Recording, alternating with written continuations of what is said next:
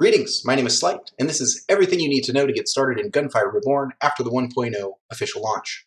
I'm going to go through 15 tips that are essentially spoiler-free. I have played around 300 hours of this game in the beta, and I probably have discussed it for just as long, so you can mostly trust that this is based information. Number 1, after upgrading Exploration on the talent tree, while you continue to choose and upgrade your talents, make sure to upgrade damage talents last.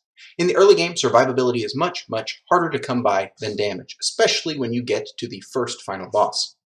These are a few key talents that you might want to aim for. Number 2, different weapons have different move speeds. Your Foundry has a very high base move speed, so switch to it during move speed puzzles or when you're running for your life from a box head. Number 3, elemental effects are super strong and a bit hard to understand. I'll preface this part of the video by saying there's a lot more to learn here, but I'm just going to focus on the essentials and not bog you down on all the details. So, for example, a Scorching Rounds is a cool fire pistol that is unlocked by default. This weapon says, fire damage, 25% deal burning effect. This means all Scorching Round shots do fire damage, and each projectile has a 25% chance to apply the burning effect. 4A, fire damage deals extra damage to red HP, health. Corrosion damage deals extra damage to armor, which is yellow. Lightning damage deals extra damage to shield, which is blue or teal. Any damage type that's not hitting its preferred HP type deals reduced damage. Did you get that? So hitting armor with a fire weapon not only doesn't get the fire damage bonus, but also takes reduced damage.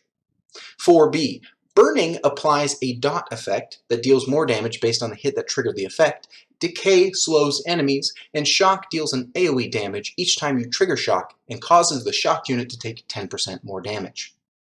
Number 5, now here is the juicy stuff. When you apply two elements to the same target, they combine into a powerful fusion effect.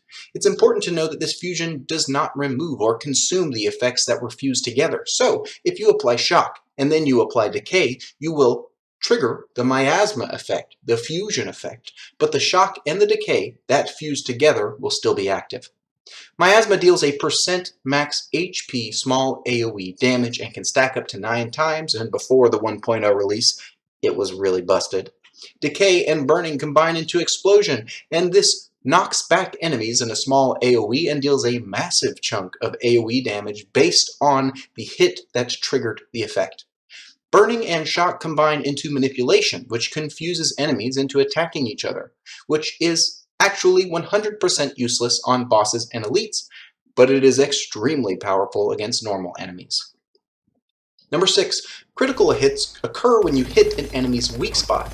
You'll do increased damage based on your weapon's crit X attribute. There are some enemies that do not have a crit spot. Number 7, lucky shots randomly occur on any hit and do double damage. If your lucky shot gets above 100%, let's say 120%, then you'll always do double damage, and now you'll have a 20% chance to do triple damage because you have a 120% lucky shot. You'll see the color of your damage indicators change based on these lucky shot hits. Orange is ×2, purple is ×3, red is ×4 damage, and it doesn't go higher than red. Number 8, crits and lucky shots stack with each other and do insane damage when combined. Number 9, all vault puzzles have a hidden chest. Number 10, this game does a good job at presenting itself as very visually straightforward, but it does have a hidden complexity as you delve deeper into the mechanics of the game. Number 11, let's hit up a few key tips to help you get past the first 3 bosses. Lu Wu is most dangerous at mid-range because he can jump on you, which can sometimes be hard to dodge. Wow! Itchy, the sandworm, his beam is easiest to outrun if you are a bit closer to him than further away. Just don't hug him. His hugs hurt. You may die a lot on the ghost ship. He's a very tough boss in the early game, so don't get discouraged. Importantly, you can shoot his large mortars out of the air with any single hit from any weapon, even your Foundry. Just one hit. These tips should get you started, and I've intentionally withheld lots of information from you so you get to explore these bosses yourself. These are just the things that are kind of hard to figure out, but are useful to know. Number 12. After each boss, you will be given an opportunity to rest. This heals you, fills your secondary skills, and saves your progress. You can exit the game and restart from this point 2 to 7 weeks later. Keep in mind, you must rest to save. Simply entering this room will not save the game. Why 7 weeks? I have no idea.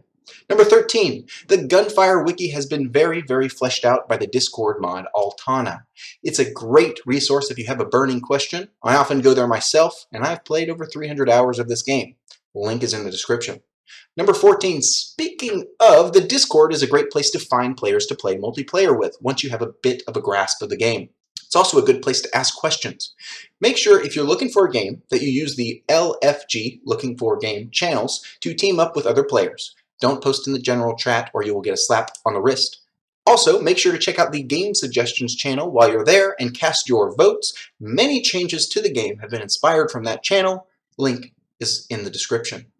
Number 15, lastly, when you want more in-depth information, check out these playlists. Almost all of my content is educational Gunfire Reborn videos to help you get to the highest difficulty and to crush it with your bare hands. My tier lists are top-notch. Not only do they show what's best for a hero, they show multiple build paths for the hero and have a rich amount of information from the wiki. On top of that, they are made to be very easy to use during gameplay. My main video series is How to Win Reincarnation, and these videos are the most produced content that I currently make. They have an in-depth explanation of the build and how you can do it and the important points of it, and then they show you epic moments from the actual run, as well as every single important decision I made to get that build off the ground. If you want deep cuts, check out my Over-Explain series where I go into extreme detail on runs and explain everything I am doing so that you can do what I do, but not quite as good. And I don't know if you know much about me. I do this for fun. So if you want to sub, don't sub for me, sub for you. I'm cool. We cool. My life's aspirations are not in your hands based on whether or not you click that little button. Notice how I didn't say any of the key phrases? Best of luck in your next runs. You're going to need it.